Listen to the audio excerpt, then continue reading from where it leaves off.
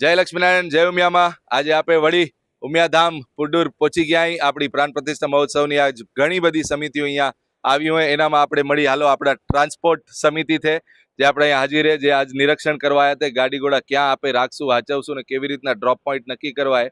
તો મળી આપણે હિંમતભાઈ ને આપણી ટીમ, આપણા ચેરમેન શ્રી ટ્રાન્સપોર્ટના હિંમતભાઈ. જય લક્ષ્મીનારાયણ, જય ઉમિયામાં. જય લક્ષ્મીનારાયણ. તો હિંમતભાઈ, આપણી ટીમને બધાને ઉત્સાહી બધા આપણા જે ઘરે બહીને જોયેલા એ બધા એક જાણકારી કે આપણે આવડું દૂર આપને બી આજ હવાર નથી અહીંયા બધા આવી રહ્યા, અલગ અલગ પહોંચી રહ્યા, ઘણી વાર લાગે રહી પહોંચવામાં. તો આપણે જેનાથી વ્યવસ્થા નથી થઈ આપણે કેવી રીતના ગોઠવણી કરી? આપણા વિભાગ આપણા 6 હે, તો આપણે ગોઠવણી કેમ કરીએ હિંમતભાઈ?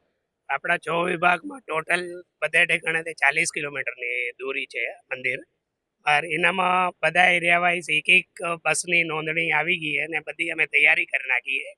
13, 14, 15 ને ભોઈગોડા બાકારામાં 2 બસો આવી હોય તો અમે 2 બસોની બી તૈયારી કરી નાખી છે. ને બાકી વડીલોએ જે કીધું હશે અમને કે જે વિઝિટર્સ બારે ત્યાં આવશે એની બી વડીલોએ 2 દી મોર નોંધણી કહેશે તો અમે કારની વ્યવસ્થા તૈયારી જ છે.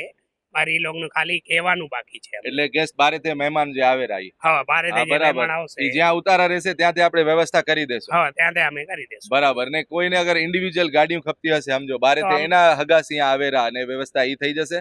અમને 2-3 દી મોર કહેશો તો અમે ઈ બી તૈયારી કરી દેશું. એટલે અગર આપણે સમજો હોટલમાં ને રિસોર્ટમાં આપણા આઉટસ્કર્ટ્સમાં અહીં ત્યાં રહેશે તો ત્યાં બી કરી દેશું આપણે ગોઠવણ. પણ ઈ નોંધ કરાવવાનું, નોંધ 2 દી મોર કરાવવાનું. બરાબર. તો એટલે હવે 11 તારીખ અગર ચાલુ થશે, તમને 9 તારીખ ઊંધે કેવું હવે કહેવાનું છે. બરાબર. તો ભાઈ ધ્યાન રાખજો ને નોંધણી લેજો કે આપણે હિંમતભાઈને ટચ કરશો અને જેવી વ્યવસ્થા કપશે એવી વ્યવસ્થા થઈ જશે.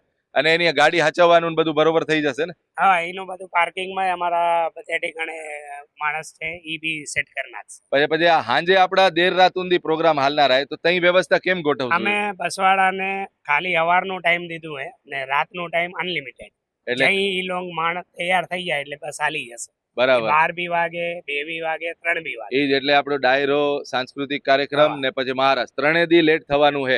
3 દી જે માણસ જશે તઈ ડ્રાઈવર તૈયાર. એટલે આપણા પૂરા ભક્તજનોને બધાને પૂરેપૂરો ઉતારો લેવા જડશે.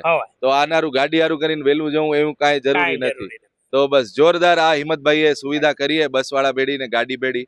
તો હખરથી પ્રોગ્રામ બધા માણી શકશે એવું કરશું. હજી કમલેશભાઈ તમને કઈ કેવું હે? ધન્યવાદ. આ પૂરી સાથ દેશે આપણી પૂરી ઉત્સાહી ટીમ ટ્રાન્સપોર્ટની.